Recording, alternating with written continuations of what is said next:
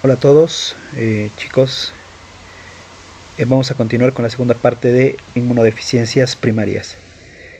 Anteriormente habíamos hablado de algunas inmunodeficiencias que se consideran primarias porque decimos que son aquellas que tienen un origen genético, es decir, que son heredadas, a diferencia de las inmunodeficiencias secundarias, las cuales se producen quizá por algún tratamiento farmacológico o quizá por algún tipo de cáncer o incluso por algunos virus. El caso más, digamos, eh, frecuente es el VIH-Sida, que es un tipo de inmunodeficiencia secundaria. Pero regresando al tema que estamos abordando, son inmunodeficiencias primarias. Ya hemos hablado, por ejemplo, de la agamaglobulinemia ligada X, ¿verdad?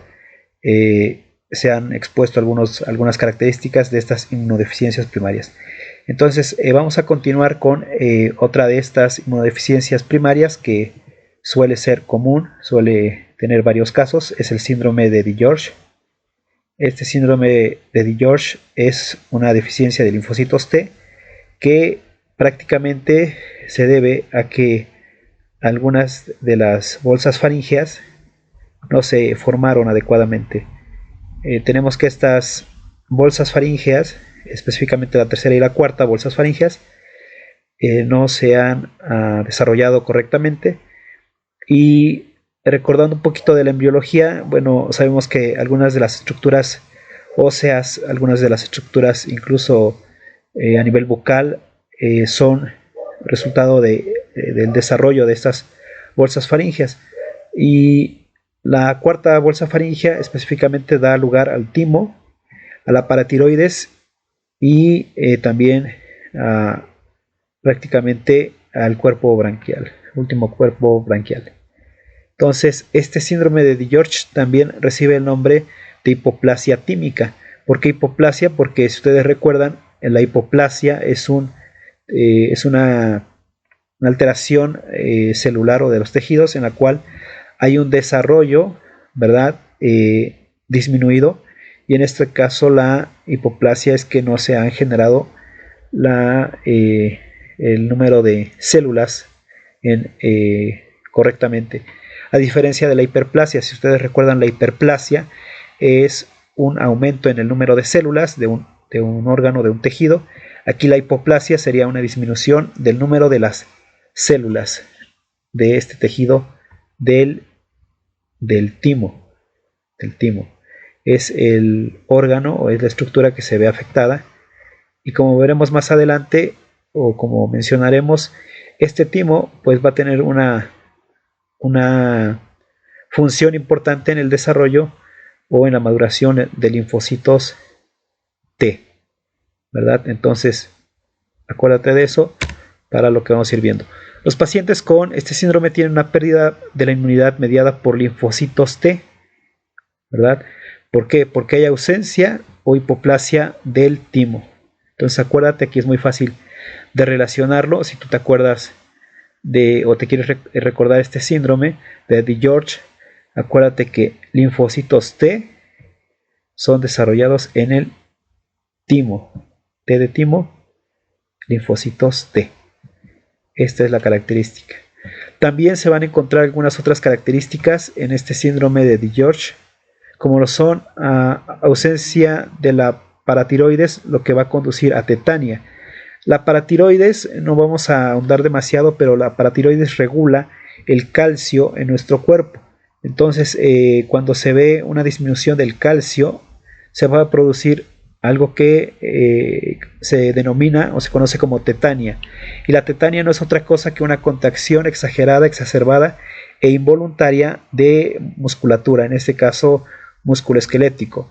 Si tú has escuchado la palabra tétanos, o si tú recuerdas o has visto, por ejemplo, alguna enfermedad que se llama tétanos, pues recordarás que esta enfermedad del tétanos, o una de las características, es precisamente estas contracciones o fasciculaciones exageradas, exacerbadas y también involuntarias. Esto ocurre por una bacteria que es el Clostridium tetani, pero en este caso, en el síndrome de DiGeorge del que estamos hablando, la tetania se da por hipocalcemia por disminución del calcio, ya que la paratiroides, la glándula paratiroides, regula el calcio a nivel sistémico, a nivel sérico. Entonces, cuando baja el calcio se produce tetania. Bueno, entonces características que hemos mencionado es una pérdida de la inmunidad mediada por linfocitos T, porque hay ausencia de hipoplasia de timo, la tetania, que es debida a la ausencia de paratiroides, y algunas malformaciones congénitas del corazón y de los grandes vasos. Recordar que estas estructuras también surgen a partir de estas bolsas faríngeas, y entonces si no se desarrollan adecuadamente, pues va a tener cierta afectación a nivel de corazón y de los grandes vasos o grandes arterias, como pueden ser la aorta, el tronco pulmonar, etc. Aquí tenemos una imagen que puedes identificar, la cual puedes identificar una facies característica del síndrome de DiGeorge. Vamos a hablar un poquito de esto, pero pues si te das cuenta, aquí hay un hipertelorismo, hay una separación, digamos, considerable, exagerada, entre los ojos, ¿verdad? Fíjate también la implantación un poquito baja de las orejas, de los pabellones auriculares, una frente amplia, ¿sí? También aquí una, digamos, exageración del filtrum, y esas son algunas de las características. Esta facies, esta cara, es característica del síndrome de George o de DiGeorge. Las concentraciones de inmunoglobulinas pueden ser normales o pueden estar reducidas, dependiendo de la gravedad de la deficiencia de linfocitos T. Las defensas bajas frente a infecciones fúngicas y víricas va a ser también predominante en este síndrome. El síndrome de DiGeorge, aunque no se considera un trastorno familiar, se debe a una lesión de un gen que está localizado en el cromosoma 22, y en este caso en su brazo largo y en la región 11. Entonces, este cromosoma 22, que aquí observamos esquemáticamente, es donde se encuentra la anormalidad o el problema. Y mencionar que este cromosoma tiene un brazo pequeño o corto, esta P nos dice que es un brazo corto, y un brazo largo es este brazo Q, y en este brazo largo tenemos la alteración en la región 11, por eso es 22Q11, el cromosoma 22, el brazo largo que es Q y la región 11. En esta lesión se va a observar en el 90% de los pacientes, y se considera que el síndrome de DiGeorge forma parte de otro síndrome que se considera el síndrome de deleción de 22Q11. ¿Sí?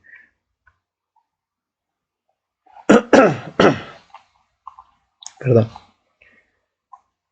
Entonces, esta alteración o esta deleción del 22Q11 es lo que genera el síndrome de DiGeorge.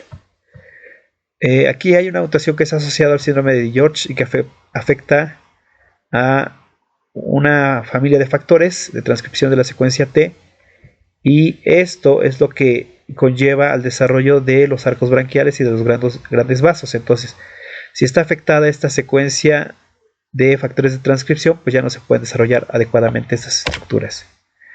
Nada más. Vámonos al siguiente síndrome, es la inmunodeficiencia combinada grave. Esta inmunodeficiencia combinada grave presenta una serie de síndromes diferentes desde el punto de vista genético, pero que en todos ellos es común que las respuestas inmunitarias, humorales y celulares están afectadas. Los lactantes afectados van a tener muguet, candidiasis oral, exantema del pañal o eritema del pañal y retraso en el crecimiento. Y aquí puedes observar un bebé, un recién nacido o un lactante que tiene muguet, que no es otra cosa que la candidiasis oral. Y aquí, bueno, podemos observar este exantema del pañal, ¿verdad?, que afecta o es muy característico de estos lactantes, de estos bebés con inmunodeficiencia combinada grave, que es de lo que estamos hablando. Los pacientes con inmunodeficiencia combinada grave se tenemos las siglas IDCG, son muy susceptibles a infecciones recurrentes y graves por una gran gama de patógenos, desde Candida albicans, que recordemos que Candida albicans es un hongo, P. gyrovesi es Pneumocystis gyrovesi, que en este caso es una bacteria. Las pseudomonas pues también son bacterias. Los citomegalovirus, pues como su nombre lo dice, son virus. El virus de la varicela pues también es otro de ellos, y muchas bacterias. Entonces, si te das cuenta, los pacientes con inmunodeficiencia combinada grave pues prácticamente son susceptibles a hongos, bacterias, virus, pues prácticamente a cualquier tipo de patógeno. Sin que se les realice un trasplante de médula ósea, pues prácticamente estos bebés ya no van a pasar al primer año de vida, o sea, van a morir antes de este año, porque prácticamente cualquier bacteria, cualquier infección los puede afectar y pues realmente ya no pueden defenderse contra estas infecciones. El defecto de la inmunodeficiencia común grave reside en el compartimento de linfocitos T, y va a haber un deterioro en la inmunidad humoral. Acuérdense, aquí hay algo importante: los linfocitos T median algo que se llama inmunidad celular. La inmunidad humoral está mediada por linfocitos B. Los linfocitos B, para producir la inmunidad humoral, generan anticuerpos, las famosas inmunoglobulinas. Y los linfocitos T tienen dos mecanismos de acción principalmente. Ya decíamos que unos son los citotóxicos y otros son los cooperadores o colaboradores. Entonces, aunque tienen formas diferentes de atacar a la infección, pues estos linfocitos T, digamos que en una de sus funciones, la función de colaboradores, van a ayudar a que los linfocitos B puedan generar inmunidad humoral. Entonces, si faltan linfocitos T, pues ya no avisan, por así decirlo, a los linfocitos B para que produzcan esta inmunidad humoral. Por eso es un deterioro secundario de inmunidad humoral, porque primero fallan los linfocitos T. La forma más frecuente, quizá un 50-60% de casos, está ligada al cromosoma X. Por tanto, la inmunodeficiencia común grave es o va a ser más frecuente en niños que en niñas. ¿Por qué?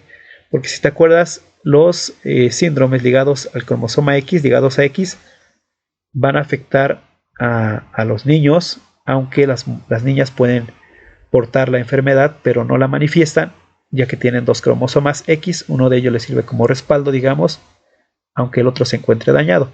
Los niños, pues no, porque solamente van a tener un cromosoma X, y este cromosoma X, al estar dañado, pues hace que presenten la enfermedad, ¿verdad? Porque tienen XY. El defecto genético de la forma ligada X es una mutación de la subunidad de la cadena común C de los receptores de citocinas. Estas cadenas, ¿verdad? En las inmunoglobulinas prácticamente hay cadenas comunes y variables, pero aquí va a afectar a receptores de citocinas. Y ahorita vamos a ver por qué son importantes estas citocinas. Las proteínas transmembranas de las que hemos hablado son componentes de transducción de señales de los receptores de interleucina 2, interleucina 4, IL-7, interleucina 9, interleucina 11, 15 y 21. Todas estas son interleucinas. Y recordaremos que las interleucinas, también llamadas citocinas, son moléculas necesarias para producir una respuesta inmune adecuada. También se dice, también se dice que estas interleucinas son moléculas que anteriormente se les conocía como linfocinas o quimiosinas. ¿Por qué? Porque sirven para mediar quimiotaxis, sirven para mediar inflamación, muchas otras reacciones de la inmunidad. Entonces la IL-7 es necesaria para la supervivencia y proliferación de los progenitores linfáticos y sobre todo de los precursores de linfocitos T. Entonces, si está afectada esta interleucina, o si los receptores de IL-7, aquí están, digamos, dañados, pues ya no se produce esto.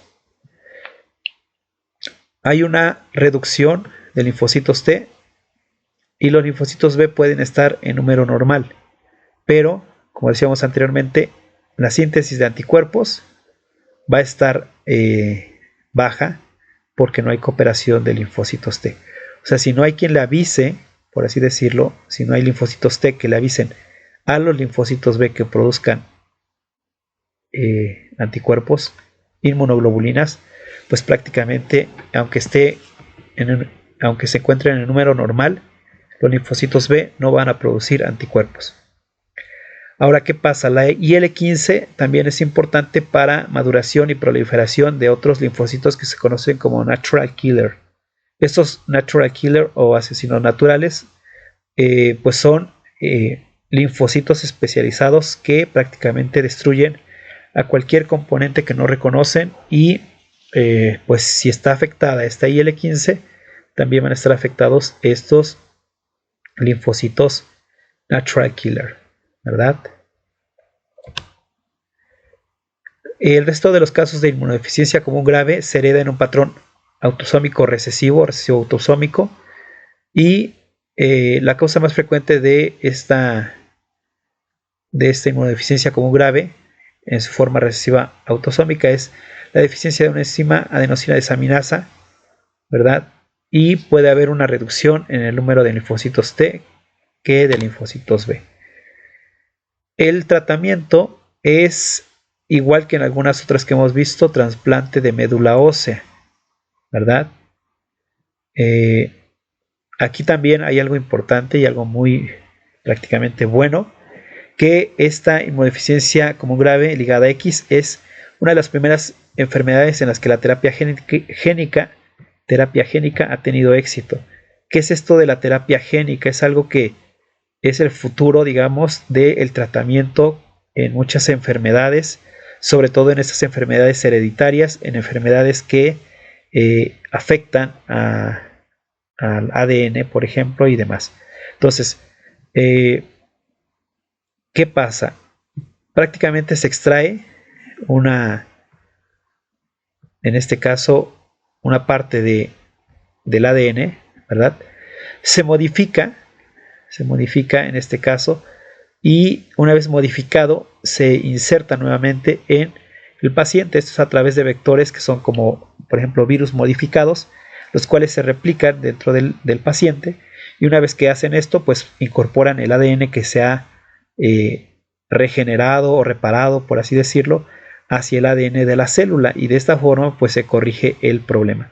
Acuérdense que aquí hemos dicho que el problema está ligado al cromosoma X, entonces es como reparar el cromosoma X, lo extraes, ¿verdad? Lo reparas y luego lo vuelves a introducir a el paciente y pues ya está arreglado el problema. Obviamente no es tan fácil como se dice, pero a grandes rasgos es como se lleva a cabo esta terapia génica, y bueno, tampoco es tan sencillo, tan económico, no es así como que cueste un tratamiento en 1,000 pesos, pero bueno, es un avance en esta enfermedad. La terapia génica es un avance en esta enfermedad de la inmunodeficiencia común grave ligada a X. Bueno, aquí se ha observado reconstrucción del sistema inmune, ¿sí?, después de un año de la terapia, y eso es bastante bueno. Entonces, pues si tú recuerdas, ¿verdad? Imagínate si estos pacientes tienen un lapso de vida de menos de un año, pues que les puedas realizar este tipo de terapia y que puedan sobrevivir es bastante bueno. Pero como hemos dicho, bueno, este problema de la inmunodeficiencia común grave es algo pues no tan bueno. Entonces el 20% de los pacientes también llega a presentar leucemias agudas de linfocitos T, que pues se generan por oncogenes. por el retrovirus que se integra, y pues básicamente este sería una, pues no contraindicación, pero sí sería como un efecto secundario, una respuesta adversa al tratamiento. O sea, haces el tratamiento, quizás se cura la enfermedad, pero empieza a desarrollarse un tipo de cáncer, que es la leucemia aguda, y pues ya eso es otro inconveniente en la terapia. Se ha tratado a los pacientes con deficiencia de adenosina desaminasa, de esta enzima, con trasplante de médula ósea. Este es otro tratamiento. Y pues la terapia génica también se ha utilizado para generar ADA normal, adenosina desaminasa, en los precursores de linfocitos T y corregir este problema. Y bueno, aquí hasta aquí hemos abordado la inmunodeficiencia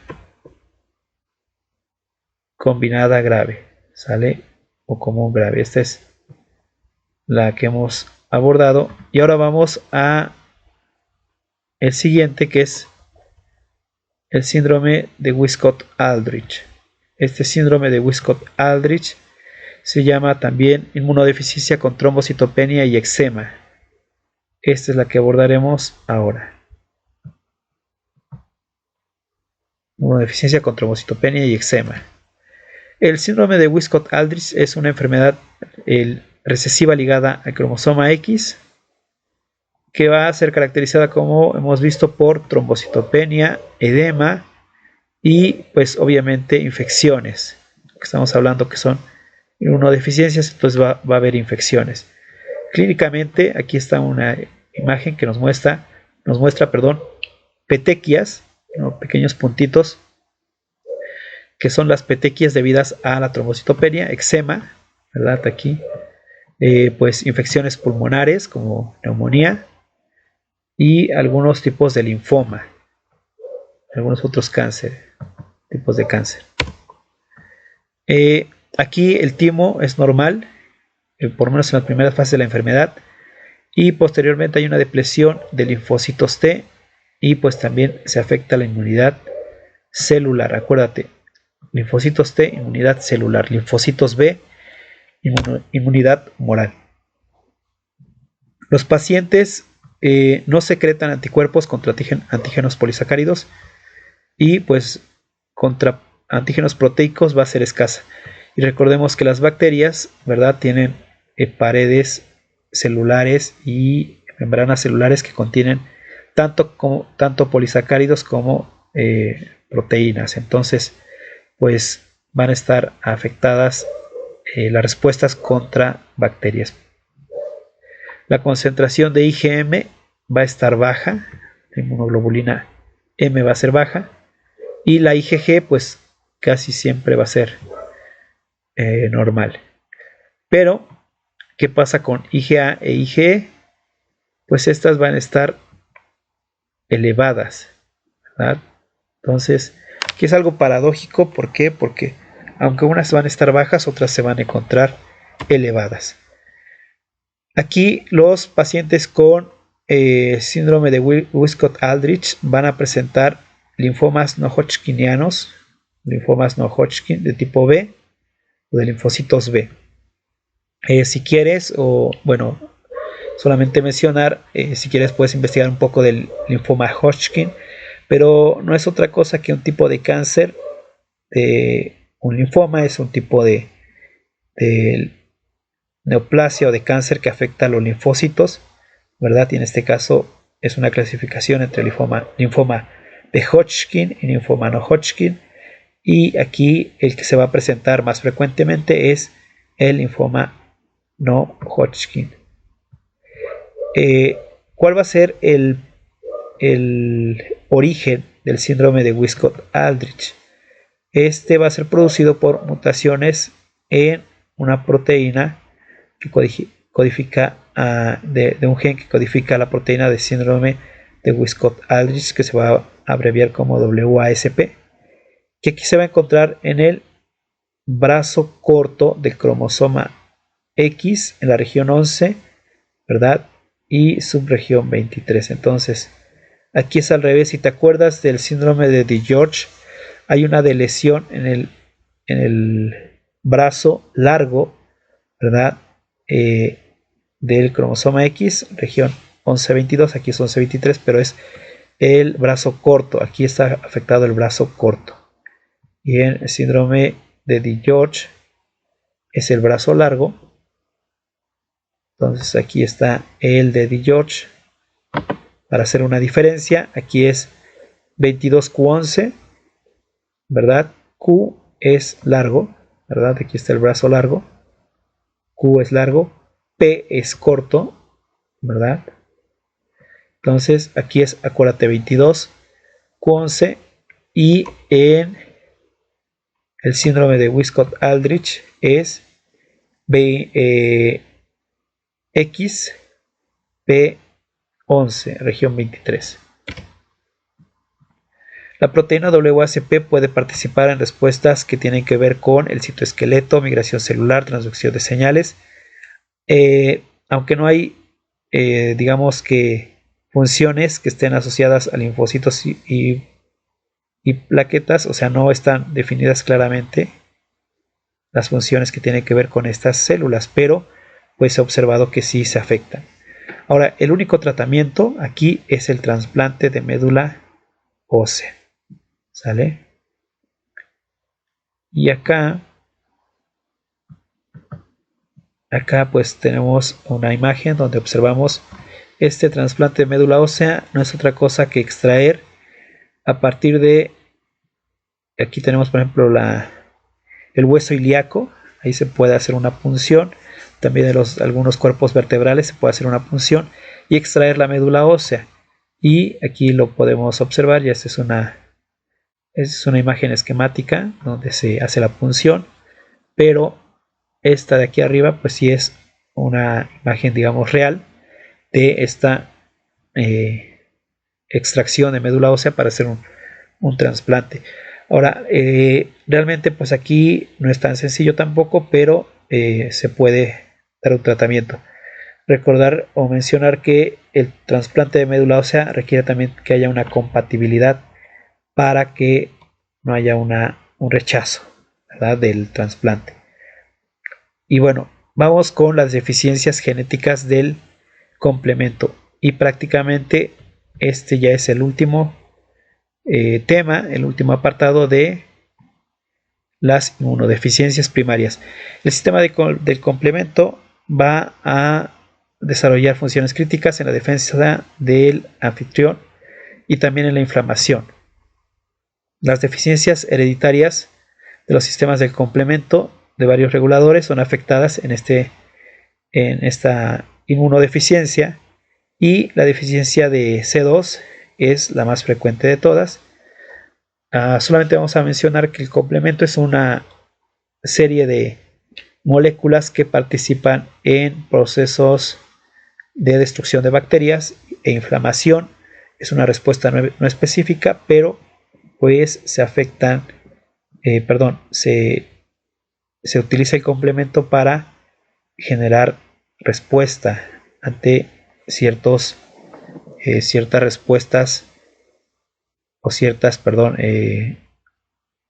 acciones de patógenos, ya sean en este caso externos, y entonces el complemento sirve para detener las infecciones o cualquier otra situación que esté generando algún tipo de problema al organismo. Entonces, cuando hay deficiencia de C2 o de los otros componentes iniciales de la vía clásica, ya sea C1, RS o C4, lo que se va a presentar es infecciones, ¿verdad?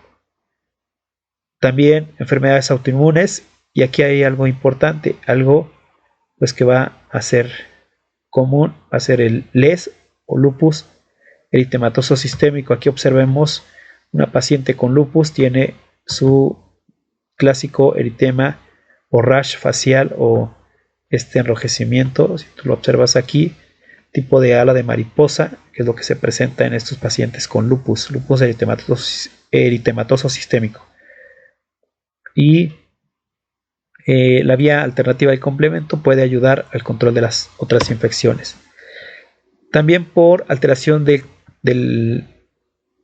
elemento C3 del complemento o el componente C3, se puede presentar infecciones o susceptibilidad de infecciones graves y recurrentes de tipo piógeno, ¿verdad? Entonces va a haber afectación por bacterias.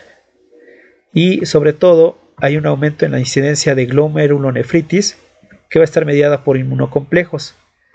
Si no hay un complemento adecuado, la inflamación mediada por inmunocomplejos puede estar producida por la activación de leucocitos dependientes del receptor Fc de los linfocitos, y pues esto va a conllevar a glomerulonefritis por inmunocomplejos.